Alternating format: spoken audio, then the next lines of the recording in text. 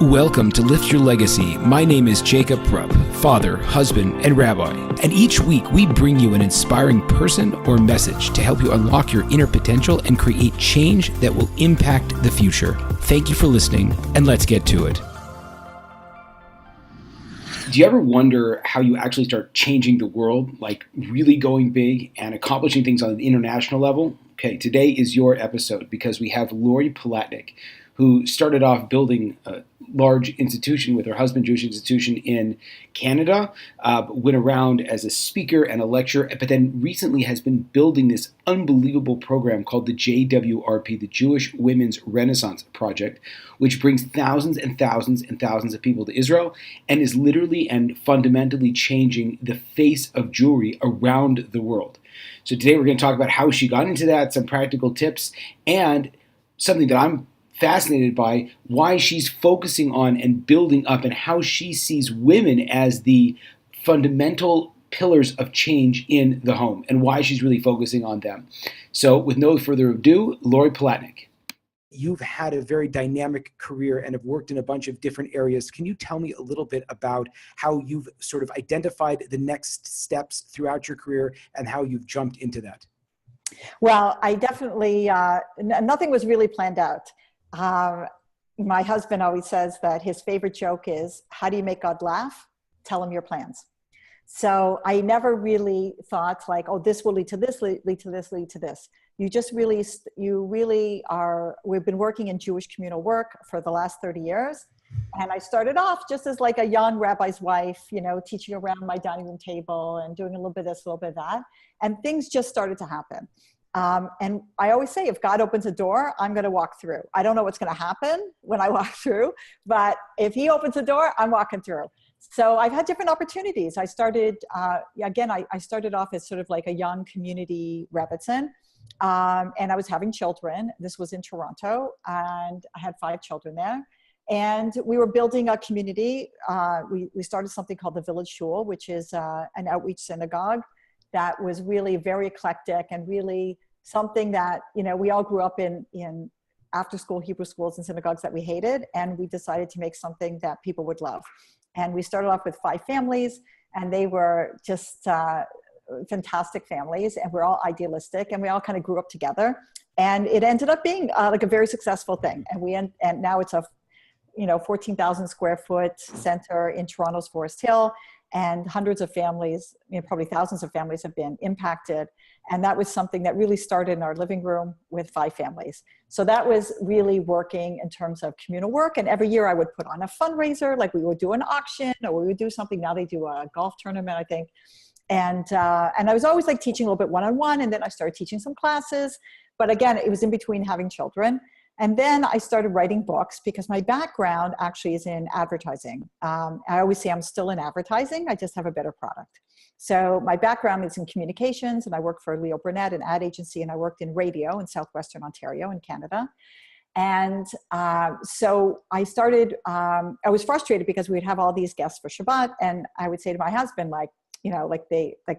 they were asking for a book, like, oh, this is nice. Do you have a book you could recommend where I could start doing this? So I started researching, and I didn't really see any books I liked. So my husband said, you're a writer. So, because that's what I did in advertising. I was a copywriter. So write a book.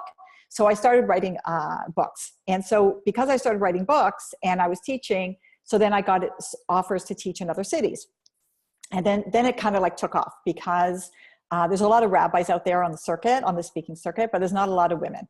And really, a community lives and dies by where the women are at. So there started to be an understanding and a demand for women as role models. And I started getting booked.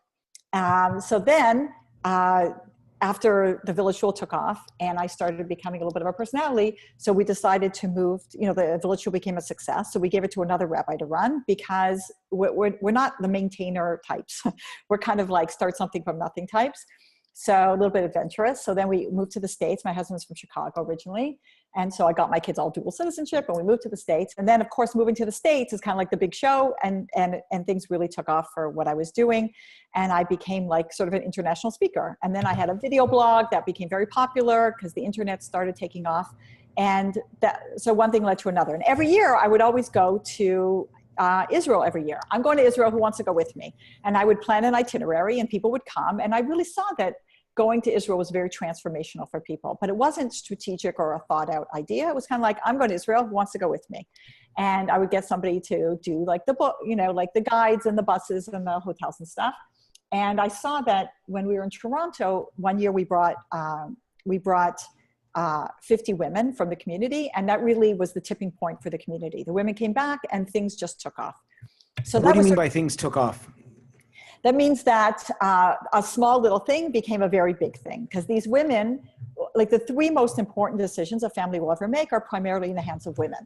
Where we live. Are you married, Rabbi? I am, yes. Yeah, so if you want to move to another city and your wife doesn't want to move, are you moving? No. No, you're not moving. So where we live, where our kids go to school, I always tell the women, like, the school you pick for your children is not who you will be, it's who your grandchildren will be. Wow. The third decision is really who we socialize with, who we hang out with. Who you hang out with is who you become. Those decisions are primarily in the hands of women. So if we can, she is the most important person in the family that's making the most important decisions that will affect the family now and for generations. And yet she was the most underserved in the community. There's all these things for youth and for young professionals but there was nothing for the mother. And the husband had a sort of a system also in terms of communal work, that, in terms of boards, and you see that most nonprofits are headed by men. And a man sort of had a certain role in the community, but for the woman, they really very, very much underserved. So in 2008, I gathered 7 other women together. There was 8 of us, and we went away to Utah to talk about how because as I was traveling around, I saw communities internationally were going down. So I would go to a community, then a couple of years later I would go and I would see it's going in the wrong direction. And I would get like crazy job offers because there's not a lot of women in leadership roles in these communities. So I would come home and say to my husband, you want to be the chief rabbi of Costa Rica? Comes with maids. And my husband's like, I don't speak Spanish. I go, Jacob, it comes with maids. So obviously I'm not moving to Costa Rica, and I'm not moving to Atlanta, and I'm not moving to Istanbul. So what am I going to do to help these communities? So I gathered these women together. They were 8 of us from the Washington, D.C. area, which is where I live now. And I said to them, that Jewish women were at the forefront of social change with the feminist movement of the 1970s.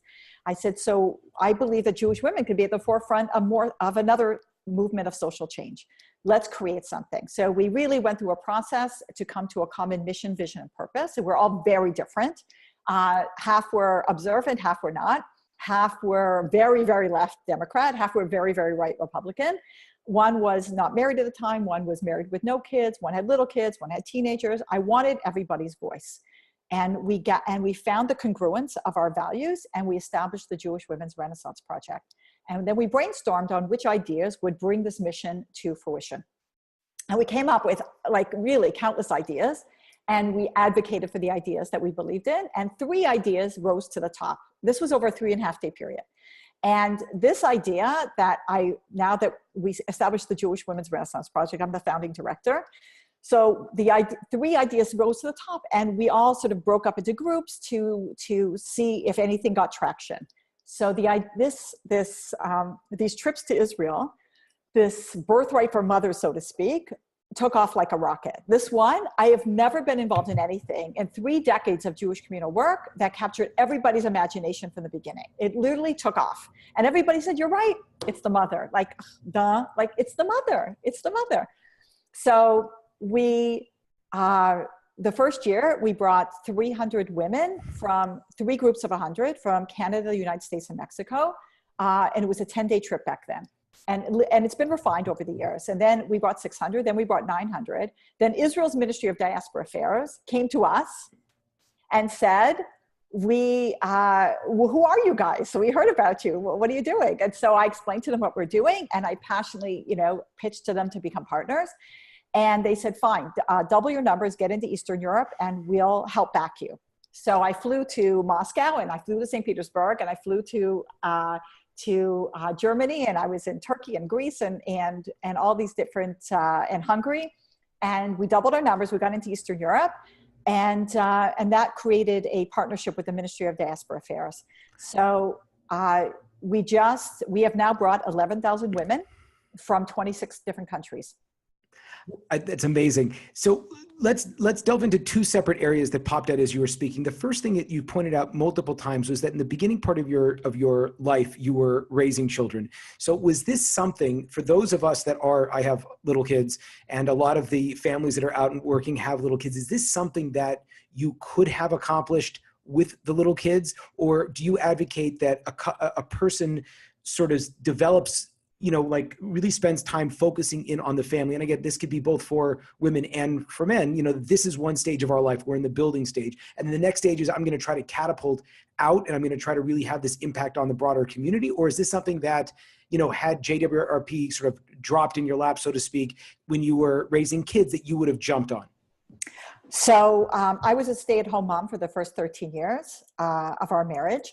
And it was actually a stretch for me to do that because it's really not my personality, but I was very, very important years. I don't regret at all having those years. I could never do what I'm doing on the scale that I'm doing it back then when I had little kids. There's no way. My youngest is now 18 years old. Okay. I'm at a completely different stage of life. We have one who's married, one who's about to get married in a few days. And there was no way I could have done this. So, and also not just practically, but just in terms of my own maturity and my own confidence and the skills and the sense of urgency that built, because the Jewish people are not going the world is not going in a good direction. So I could never have done it. So, but what did I do? Because I have a good friend, she lives in Seattle now. And when I say to her, like I was a stay-at-home, when she hears me say I was a stay-at-home mom for the first 13 years, she was my next door neighbor. She was my next door neighbor. And she just laughs. Yeah, Lori, right.